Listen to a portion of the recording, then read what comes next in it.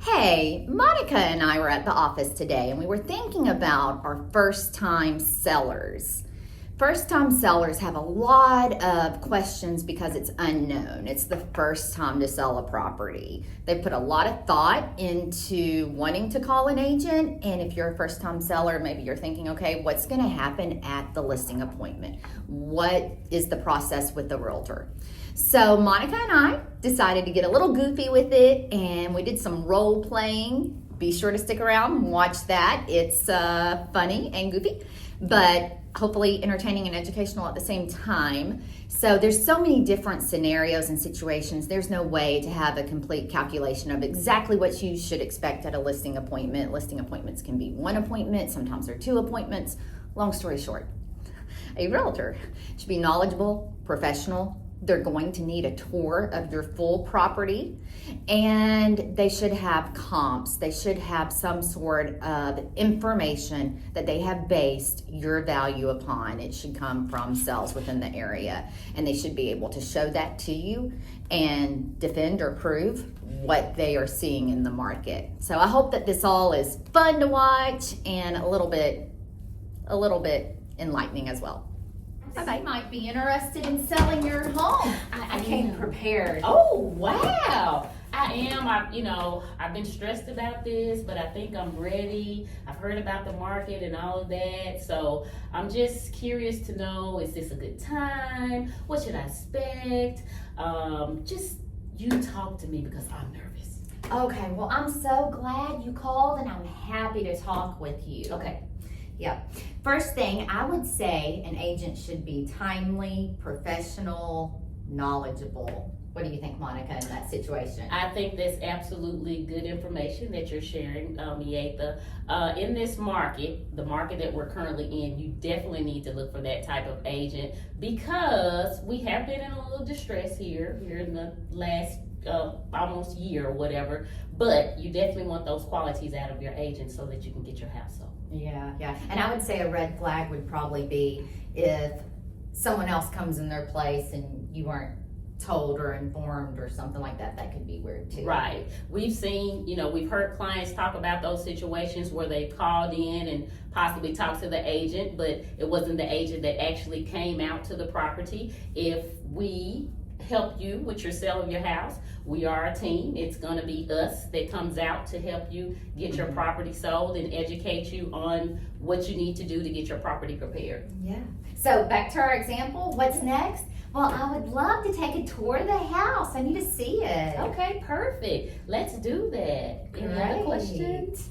I would love to hear all about your updates or Okay. if you have anything planned that you're working on within the home. Yeah, so we did do some renovations here back in 2019. We kind of updated the kitchen, we updated the baths. We didn't want to spend a whole lot of money, but we did some stuff to update it because we hadn't done stuff into the house in about 10 years.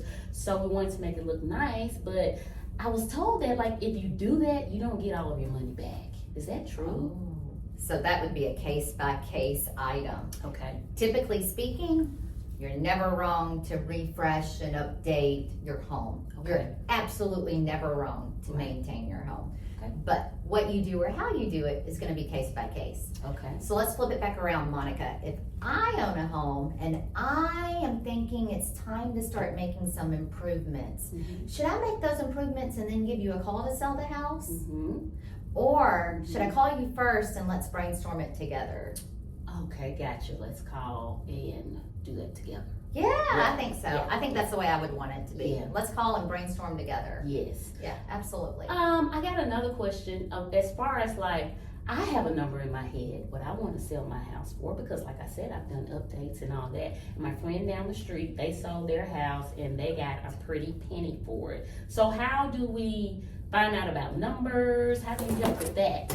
Yep. So, as a knowledgeable agent, I come prepared with stats Ooh. and comps. And we're going to discuss that house that sold down the street and the one that sold around the corner and the next street too. We're going to have numbers to base this on. Okay. Now, it might be that I don't have the numbers with me today. It could be that we just look today and I come back. I circle back around to you and we discuss specific numbers then. But I will always base the valuation on numbers. It's never something out of my head, and it for darn sure is not that number that Zillow puts on mine.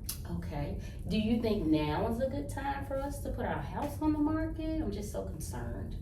All situations are different. You know, it depends on if you're gonna stay living in your house, where you're moving. Are you staying local? Are you going somewhere else? Are you moving just because you need something else, want something else? Or is there a life change that's making you need to move? So there's all different answers, and that's gonna come down to what's going on in your life. That will affect strategy. So that right there is not marketing, but that's the strategy behind selling your home. When do you need to go on the market? What's best for your particular property and your situation? Okay, sounds good. This is all great information. Like I said, I was so nervous starting this up, but you made me feel a little bit better. You're gonna give me numbers and things that I need to help us make a decision on choosing you. Now, I've heard that it's good to talk to other agents as well, just to get different opinions and stuff. What sets you apart? Well, touching back to that, the National Association of Realtors says talk to three agents. So that's kind of your golden number. And what sets me apart, I'll tell you what, give me a call and we'll talk about it. There's a lot, too much. Okay, sounds good. Sounds like a plan. I'm prepared. I love your energy, and I think we're gonna work well. Yay!